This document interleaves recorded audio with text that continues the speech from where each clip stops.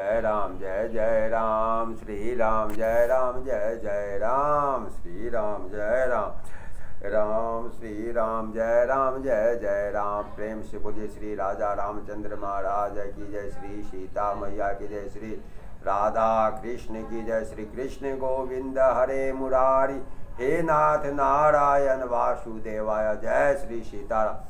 श्री गीता महात्म नमो नमः, श्री गीता महात्म नमो नमः, श्री गीता महात्म नमो नमः। दूसरा अध्याय। अर्जुन कहे श्री कृष्ण को, सुनो कृष्ण भगवान, देखना चाहूँ जो आज मैं दोनों सेन महान, दोनों सेन महान जो वीर लड़ने आए, क्या क्या उनके नाम, सेना संग कितनी लाए, रथ को मेरे ले चलो दो सेना दरमियान, बेजर मानो मम कथन, सुनो श्री कृष्ण भगवान। प्रेम से बोलिए श्री राजा रामचंद्र महाराज की जय, श्री राधा कृष्ण की जय, जय श्री सीताराम। संजय ने कहा, हे धृतराष्ट्र। तब श्री कृष्ण भगवान व्याकुल चित्त अर्जुन से बोले, हे अर्जुन, अनार्य के सेवन करने योग्य अपयश कारक मोह इस समय तुम्हारे मन में कहाँ से आ गया? तुम कायर मत बनो, शोभा नहीं देता। तुम हृदय की दुर्बलता को त्याग कर युद्ध के निमित्त खड़े हो जाओ। अर्जुन ने कहा, हे मधुसूदन, मैं रण में पूज्य भीष्म और द्रोणाचार्य के ऊपर बाण प्रहार कर कैसे युद्ध करूं? गुरुजनों को मारकर उनके रक्त से सने भोगों को कैसे मैं भोगूंगा? हम नहीं जानते थे कि संग्राम में हम दोनों में से कौन जीतेगा। यदि हम जान भी लें तो भी जिनको मारकर हम जीवित रहना नहीं चाहते, वही धृतराष्ट्र के पुत्र हमारे सामने प्रस्तुत हैं। मैं आपसे पूछता हूँ, जिससे निश्चय करके मेरा भला हो वह मुझे समझा कर कहिए, क्योंकि मैं आपका शिष्य हूँ। मुझे शिक्षा दीजिए, मुझे पृथ्वी का निष्कंटक राज्य मिल जाए और देवताओं का भी आधिपत्य मिल जाए, तो भी ऐसा कोई उपाय नहीं दिखता जो मेरी इंद्रियों के शोक को दूर करे। हे गोविंद, मैं युद्ध नहीं करूँगा। यह कहकर अर्जुन चुप हो गया। संजय बोले, हे राजन, दोनों सेनाओं के मध्य में खिन्न होकर बैठे अर्जुन से भगवान श्री कृष्ण ने ये वचन कहे, हे अर्जुन, जिनके लिए शोक नहीं करना चाहिए तू उसके लिए शोक करता है, और पंडितों के से वचन तो कहता है, परंतु पंडित लोग न मरों का शोक करते हैं न जीवितों का। यह बात असंभव है कि मैं पहले न था, तुम न थे और ये राजा भी न थे, उसके बाद न रहेंगे। जैसे देहधारियों की इस देह को लड़कपन, जवानी, बुढ़ापा ये अवस्था होती है, तैसे ही मृत्यु के बाद दूसरी देह की भी होती है। इसलिए पंडित लोग मोह को प्राप्त नहीं होते। हे नर श्रेष्ठ, सुख दुख को सम्मान मानने वाले जिस वीर पुरुष को ये बाह्य पदार्थ क्लेश नहीं देते, वह मोक्ष पाने का अधिकारी है। असत वस्तु का तो अस्तित्व नहीं और सत्य का अभाव नहीं है। इस प्रकार इन दोनों को ही तत्वज्ञानी पुरुषों ने देखा है। जिसे सारा संसार व्याप्त है, उसको अविनाशी जानो, क्योंकि इस नाश रहित आत्मा का विनाश करने में कोई समर्थ नहीं है। अतएव हे भारत, तुम युद्ध करो।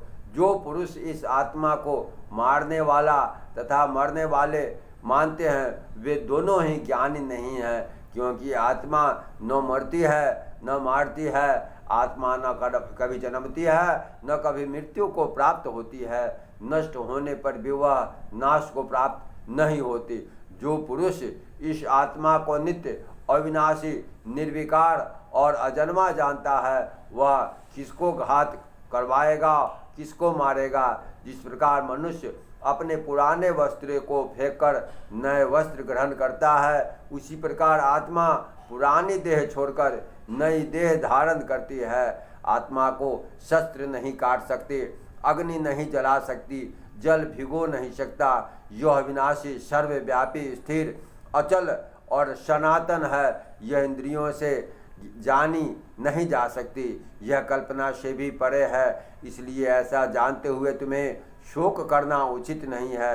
हे महाबाहो, यदि तुम इस आत्मा को नित्य जन्म लेने और नित्य मरने वाली मानती हो, तो भी तुमको शोक नहीं करना चाहिए, क्योंकि जन्मा उसकी मृत्यु और जिसकी मृत्यु हुई है उसका जन्म निश्चय है। अतः जो बात अनिवार्य है उसके लिए शोध करना व्यर्थ है। जन्म लेने से पहले क्या था किसी को मालूम नहीं, फिर मरने के पीछे क्या होगा कोई नहीं जानता। ऐसी दशा में किसी बात का शोध करना क्या तुमको उचित है? इस कारण सब प्राणियों के विषय तुमको शोध करना उचित नहीं है। अपने धर्म को भी शोध कर तुमको घबराना उचित नहीं है, क्योंकि क्षत्रिय को धर्म पूर्वक युद्ध से और कुछ भला करने वाला नहीं है। हे पार्थ, बिना इच्छे किए स्वर्ग का द्वार रूप यह युद्ध तुमको स्वतः प्राप्त हुआ है। ऐसा सुअवसर भाग्यवान क्षत्रियों को ही मिलता है। यदि तुम अपने धर्म के अनुसार इस संग्राम को न करोगे तो अपना धर्म और बड़ाई खो बैठोगे। सब लोग सदा तुम्हारी अपकीर्ति और निंदा करेंगे। प्रतिष्ठा वाले पुरुषों के लिए अपयश का होना मृत्यु से भी बढ़कर है। ये अपराधी समझेंगे कि अर्जुन डरकर संग्राम से हट गया। अब तक जो लोग तुम्हारा मान सम्मान करते थे वे अपयश करने लगेंगे। शत्रु लोग तुम्हारे पराक्रम की निंदा करते हुए अनेक प्रकार के दुर्वचन कहेंगे। इससे बढ़कर दुख तुमको और क्या होगा? यदि तुम युद्ध में नष्ट हो जाओ तो स्वर्ग का सुख भोगोगे और जीतने पर सब पृथ्वी तल पर राज करोगे। इसलिए युद्ध के निमित्त दृढ़ प्रतिज्ञ होकर खड़े हो जाओ। सुख दुख लाभ हानि जय पराजय इनको समान समझकर लड़ने के लिए तैयार हो जाओ। ऐसा करने से तुम पाप को प्राप्त नहीं होगे। हे पार्थ, यह ज्ञान उपदेश ज्ञान योग के विषय में तुमसे कहा गया है। अब निष्काम कर योग के विषय में सुन, जिस ज्ञान को पाकर कर्म बंधन से तेरी मुक्ति होगी। कर्म योग मार्ग एक बार प्रारंभ किए बिना कर्म का नाश नहीं होता और विघ्न पड़ने पर भी शुभ फल होता है। इस कर्म का केवल प्रारंभ ही संसार के भय से छुड़ाकर पूर्ण ब्रह्म प्राप्त कराता है। निश्चय करने वाली बुद्धि इस निष्काम कर्म में एक ही और कामना वाले पुरुषों के बुद्धि एकाग्र नहीं रहती। हे अर्जुन, अज्ञानी उस पुष्पिता वाणी को ही स्वर्ग सुख से बढ़कर कुछ नहीं समझते, स्वर्ग सुख को ही उत्तम पुरुषार्थ समझते हैं। उनकी कामनाओं से चित्त व्याकुल होने के कारण निश्चयात्मक बुद्धि मोक्ष साधन की नहीं उत्पन्न होती, कारण कि उनका चित्त भोग आदि में सदैव निमग्न रहता है। जिन पुरुषों का चित्त इस प्रकार मोह लिप्त है, जिनकी आसक्ति भोग विलास सर्ज में है, ऐसे पुरुषों के अंतःकरण में निश्चयात्मक बुद्धि नहीं होती। हे अर्जुन, अनेक जलाशयों में मनुष्य का कार्य सिद्ध नहीं होता। बड़े जलाशयों से वे सब प्रयोजन अनायास ही सिद्धि हो जाते हैं। उसी तरह संपूर्ण वेदों में कहा हुआ काम कर्मों का फल है। ब्रह्म में भक्ति रखने वाले मनुष्य को सहज ही में प्राप्त होता है। तुमको केवल कर्म करना चाहिए, फल तुम्हारे अधिकार में नहीं है। तुम न तो फल की अभिलाषा से काम करो, न निकम्मे रहो। फल की आशा त्याग कर कार्य की सफलता को सम्मान मानकर तुम योग अधिष्ठ होकर कर्म करो। यही कर्म ज्ञान योग है। बस बुद्धि योग सहित कर्म से अन्य कर्म अत्यंत हीन है। इसलिए तुम बुद्धि योग का आश्रय ग्रहण करो। फल की इच्छा रखने वाले निष्कंटक होते हैं।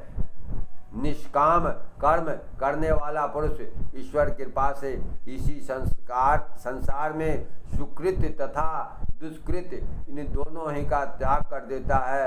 इसलिए तुम निष्काम कर्म में प्रवृत्त हो।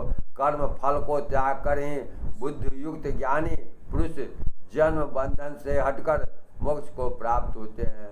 जब तुम्हारी बुद्धि मोहबंध के बाहर निकल जाएगी, तब तुम्हारा मन आगे सुनने वाली तथा हुई बातों से विरक्त हो जाएगा।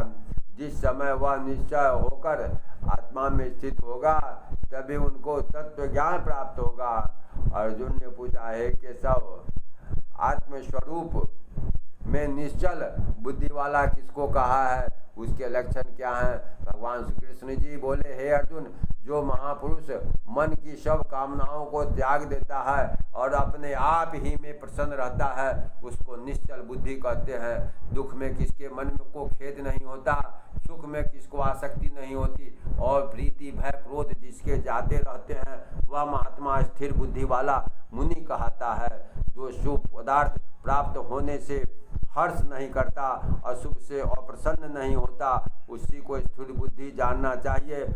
और कछुआ जैसे अपने अंगों को सिकोड़ लेता है, उसी तरह जो पुरुष अपनी इंद्रियों को विषयों से हटाता है, उसी की बुद्धि स्थिर जानी चाहिए।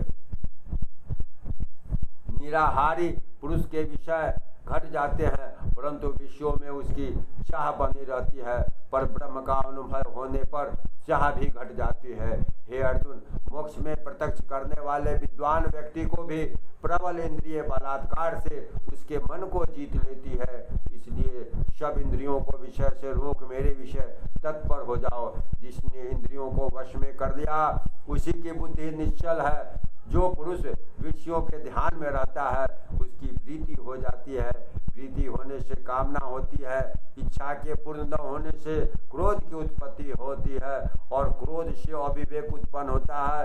अविवेक से स्मरण शक्ति नष्ट हो जाती है, और स्मरण शक्ति के नाश होने से बुद्धि का नाश होता है।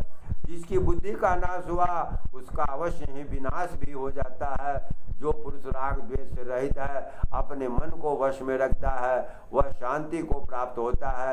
शांति मिलने पर सब दुखों का नाश हो जाता है। प्रसन्न चित्त वाले की बुद्धि निश्चल होती है। जो पुरुष रोग युक्त नहीं है, उसकी निश्चल बुद्धि उत्पन्न नहीं होती। ईश्वर में भावना नहीं होती। भावना के न होने से शांति प्राप्त नहीं होता, और अशांति में सुख कहाँ से मिलेगी?